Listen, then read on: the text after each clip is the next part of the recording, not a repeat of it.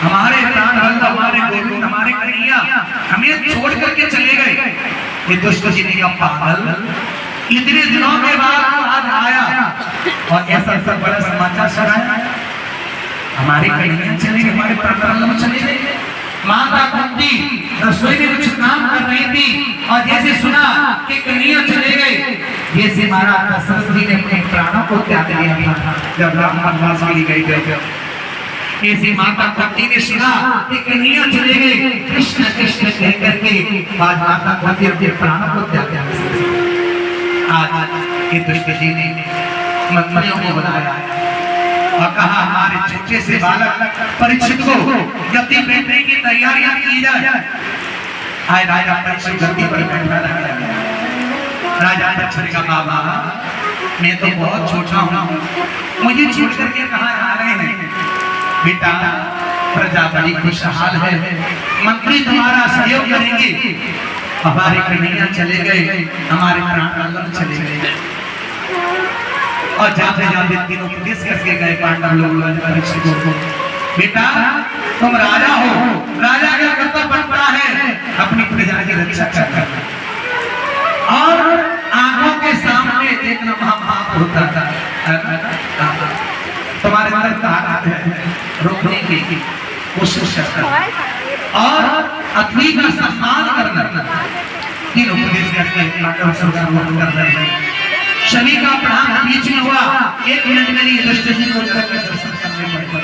फिर भगवान का ठाकुर दर्शन कैसे प्रेम से बोलेंगे राधे। राजा परीक्षित धीरे धीरे धीरे बड़े हो रहे हैं।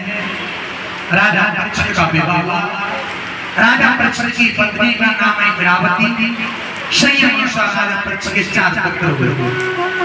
शास्त्र कहते हैं कि लाले पंच बरसानी 10 बरसाने ताड़े प्राप्त 16 वर्षे पुत्र में ब्रह्मराचरे।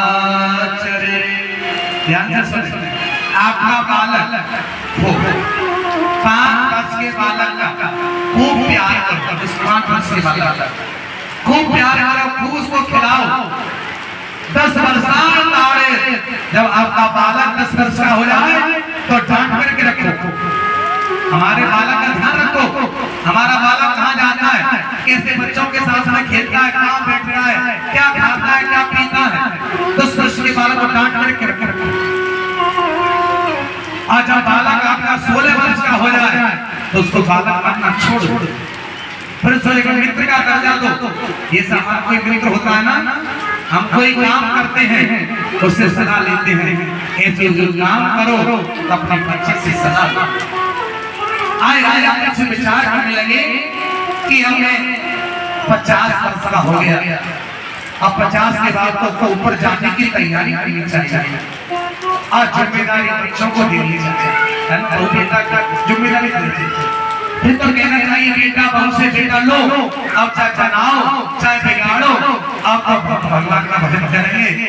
अब तो इच्छा 2 रोटी दे दो तो ठीक है, नहीं तो राजी राजी। पर नहीं साहब, जैसे जैसे बढ़ावा आएगा वैसे हमारी ममता घर में ज्यादा होती जाती है। तो 50 के बाद तो हम जाने की तैयारी करनी चाहिए। नहीं यहाँ तो लोटा खूब आनंद प्यारे है, ये नोएडा में लेकर के बड़ा आनंद लूट रहे हो। यहाँ तो खूब लूटा आनंद प्यारे, वहाँ के लिए क्या प्रबंध प्यारे। जब ऊपर जाओगे तो पूछा जाएगा क्या किया, तो क्या जवाब दोगे? क्या जवाब? तो आज परीक्षित ने अपने पुत्र को कहा बेटा अब हम भोजन करेंगे। राजा परीक्षित ने अपने बाबा का खजाना खोला तो उसमें एक सोने का मुकुट रखा था। सोने का मुकुट राजा परीक्षित को बहुत अच्छा लगा। राजा ने पूछा क्या मेरे बाबा का मुकुट है?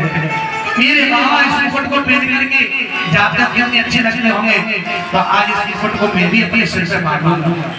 आज राजा परीक्षित सोने के मुकुट को लिया अपने सिर पे बांध करके और घोड़े पे बैठ करके और मंत्रियों के साथ सैनिकों के साथ भ्रमण करने के लिए निकले।